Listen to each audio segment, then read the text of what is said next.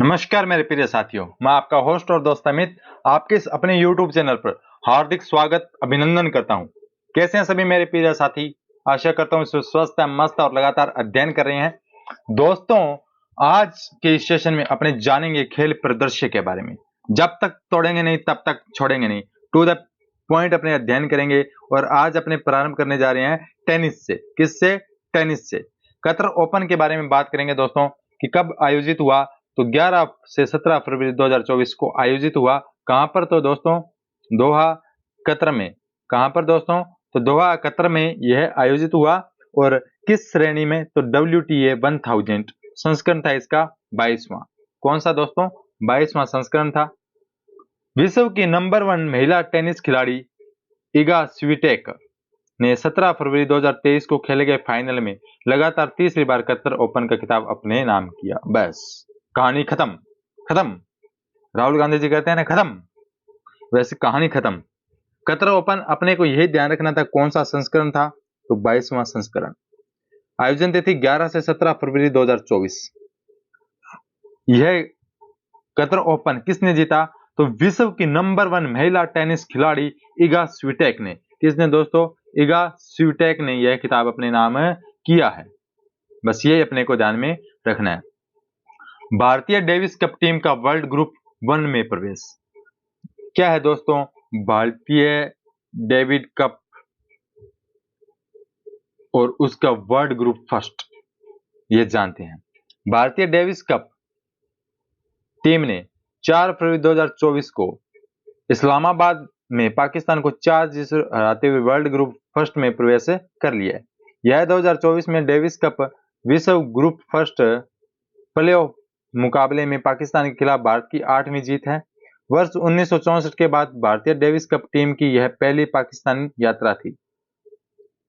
पिछली बार जब भारतीय टीम पाकिस्तान गई थी तब भी उसे 4-0 से जीत दर्ज की थी।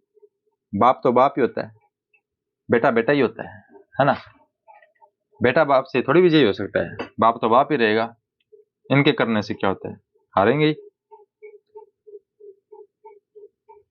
तो बात करें डेविस कप 2024 की, तो एकल रामकुमार रामानाथ ने एसाम उल हक कुरैशी को 7-6, 7-3, 7-7, 6-4, 6-0 से हराया। श्री राम बालाजी ने अकील खान को 7-5, 6-3 से हराया। तो ये दोस्तों इतने अपने को ध्यान में नहीं रखना, बस अपने को ध्यान में रखना है कि भारतीय टीम डेविस कप टीम के वर्ल्ड ग्रुप में फर्स्ट में प्रवेश कर लिया है पाकिस्तान को हराकर। ऑस्ट्रेलिया चौथी बार आईसीसी के अंडर 19 विश्व कप विजेता, ये अपने को ध्यान में रखना है। 19 जनवरी से 11 फरवरी 2024 आयोजित हुए। कहां पर दोस्तों? मेजबान देश था अफ्रीका और विजेता कौन रहा? ऑस्ट्रेलिया। और संस्करण था 15वां।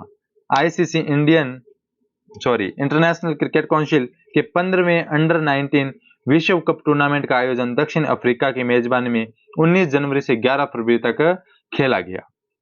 इस खिताब में भारत को फाइनल में हराकर ऑस्ट्रेलिया ने यह खिताब जीता। ऑस्ट्रेलिया ने कुल मिलाकर चौथी बार यह खिताब जीतने में सफलता हासिल की है। और यह अपने आप में बहुत दुखदायी है, क्योंकि पंकज भंडारी जी कहां से आ गए? पंकज भंडारी जी को पढ़ लिया मैंने, पंकज भंडारी जी को पढ़ लिया प्रादेशिक परिदृश्य में। अब तो हम पढ़ेंगे खेल परिदृश्य। थोड़ा सा आ जाए दोस्तों, ये ओपन हिमर के बारे में पढ़ लिया तो जरूर बताइएगा दोस्तों अपना सेशन आपको कैसा लगता है। तो ये दोस्तों भारत को हराकर ऑस्ट्रेलिया ने यह खिताब जीता है, जो कि पढ़ने में थोड़ा अजीब लग रहा है कि अपन भारत को हरा के, ये गलत बात है, लेकिन पढ़ना तो पड़ेगा। दक्षिण अफ्रीका की क्वेन मफाका को प्लेयर ऑफ द सीरीज घोषित किया गया है। इस टूर्नामेंट में भारतीय टीम के कप्तान उदय सारण थे। कौन थे? उदय सारण थे। और जो भारतीय टीम के क्या रही है? उप विजेता रही है।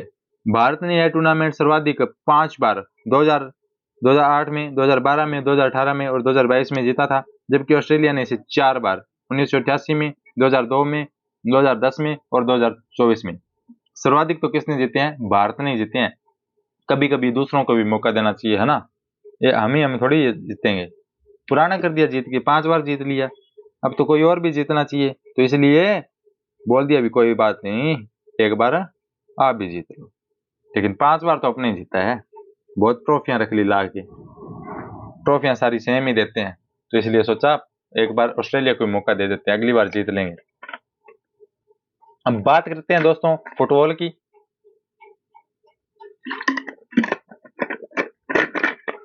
आयोजन तिथि दोस्तों 12 जनवरी से 10 फरवरी 2024 तक आयोजन इसका किया गया। कहां पर दोस्तों? कतर में।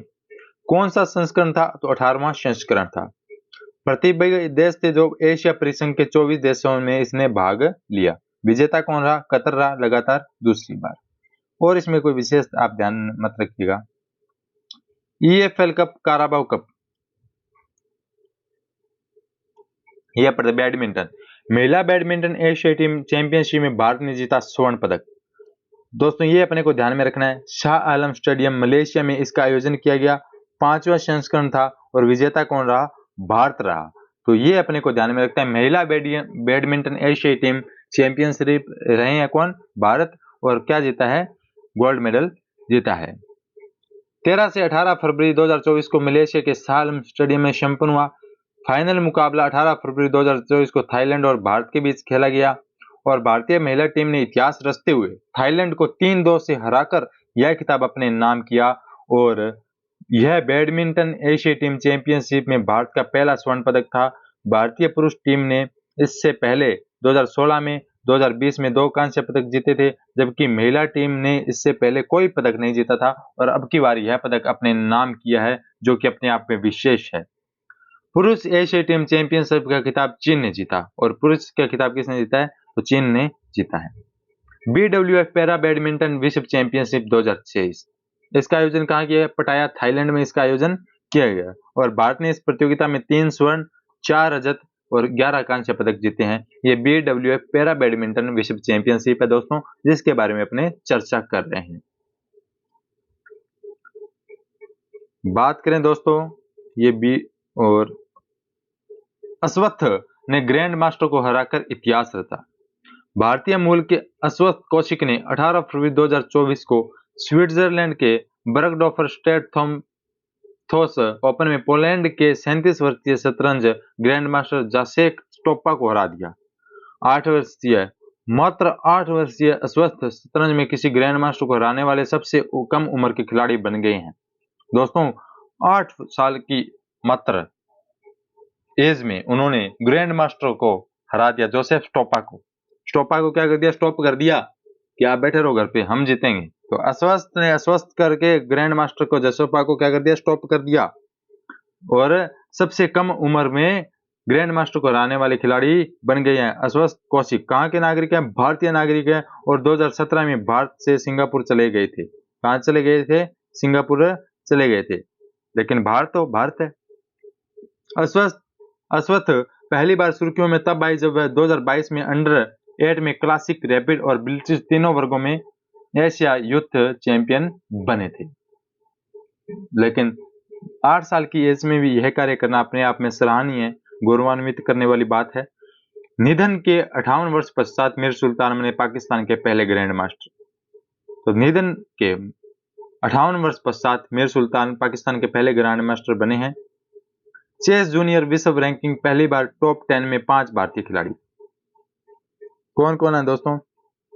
तो चेस रैंकिंग अभी से जारी की गई है, उसमें शीर्ष स्थान पर प्रज्ञानंदा कायम है, डी गुकेश तीसरे स्थान पर है, निहाल सरीन 6वें स्थान पर है, रौनक साधवानी 7वें स्थान पर है, लियोन ल्यूक 10वें स्थान पर है। इस प्रकार 5 दिग्गज खिलाड़ी टॉप 10 में शामिल है, यह अपने को ध्यान में रखना है। निशानेबाजी के मामले में दोस्तों अपने लिए कोई इतना इंपॉर्टेंट है नहीं। World team table tennis championship 2024 के बारे में अगर बात करें तो ये भी इतना इंपॉर्टेंट है नहीं। एशियन इंडोर एथलेटिक्स चैंपियनशिप 2024, इसका आयोजन दोस्तों तेहरान ईरान में किया गया और शीर्ष स्थान पर चीन रहा। भारत का पदक तालिका में 5वां स्थान रहा, 3 स्वर्ण और 1 रजत पदक जीते हैं। ठीक है,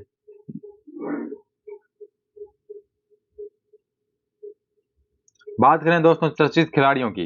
पेरिस 2024 में ओलंपिक इक्वेस्ट्रियन अनुष अग्रवाल ने ड्रेसेस में भारत के लिए कोटा हासिल किया है और घुड़सवारी में क्या करेंगे? ये पेरिस ओलंपिक के लिए भाग लेंगे उनको यह कोटा मिल गया है। ये ध्यान में रखना है अपने को, ठीक है। रचना कुमारी पर डोपिंग के आरोप में 12 वर्ष का प्रतिबंध लग गया है।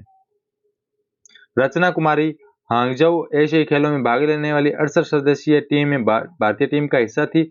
उन्होंने जून 2022 में भुवनेश्वर में राष्ट्रीय अंतर्राज्यीय चैंपियनशिप में स्वर्ण पदक जीता था और गोवा राष्ट्रीय खेलों में उन्होंने कांस्य पदक भी अपने नाम किया था, लेकिन अब वर्तमान में इन पर डोपिंग का आरोप लगा है। खेलो इंडिया विंटर गेम्स, ये जानना है। खेलो इंडिया विंटर गेम 2024 जिसका पहला चरण 2 से 6 फरवरी तक लेह लद्दाख में और दूसरा चरण 21 से 25 फरवरी 2024 को जम्मू कश्मीर के गुलमर्ग में हुआ था।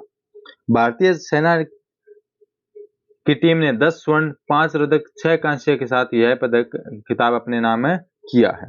कर्नाटक ने 9 स्वर्ण पदक, 2 रजत पदक के साथ तालिका में दूसरा स्थान प्राप्त किया, जबकि 7 स्वर्ण पदक, 8 रजत और 7 कांस्य पदक के साथ महाराष्ट्र तीसरे स्थान पर है। तो पहले स्थान पर कौन है? भारतीय सेना, आर्मी क्या रही है? पहले स्थान पर रही है।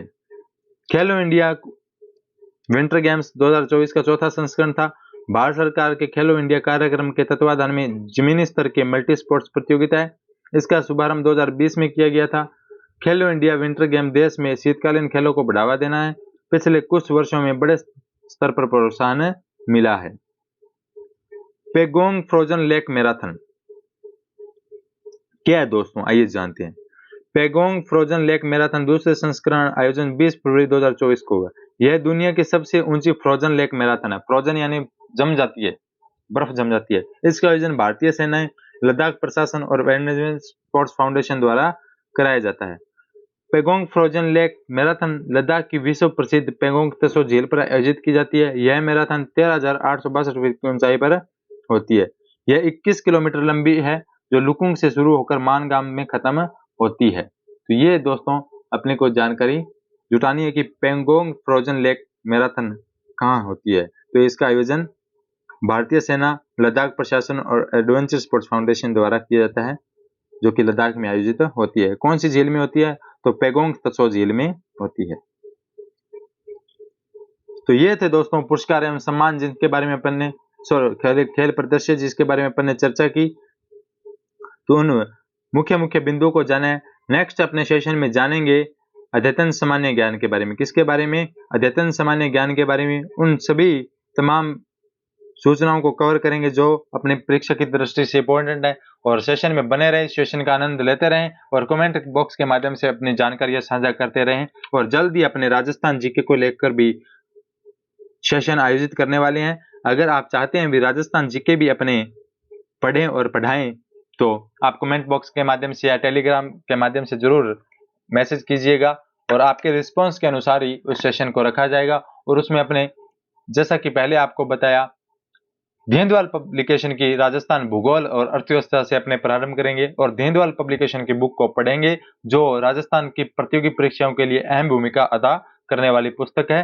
और आपसे भी इससे भी चिर परिचित हैं। अगर उस बुक को अपने कवर अप करेंगे तो अन्य किसी जगह से अपने को राजस्थान भूगोल और अर्थव्यवस्था पढ़ने की जरूरत नहीं होगी और बखूबी और शानदार तरीके से अपने इस पुस्तक का अध्ययन करेंगे। आप बताइएगा कमेंट बॉक्स के माध्यम से प्रारंभ करें या नहीं। आपके रिस्पांस का इंतजार रहेगा। इसी के साथ जय हिंद, जय भारत।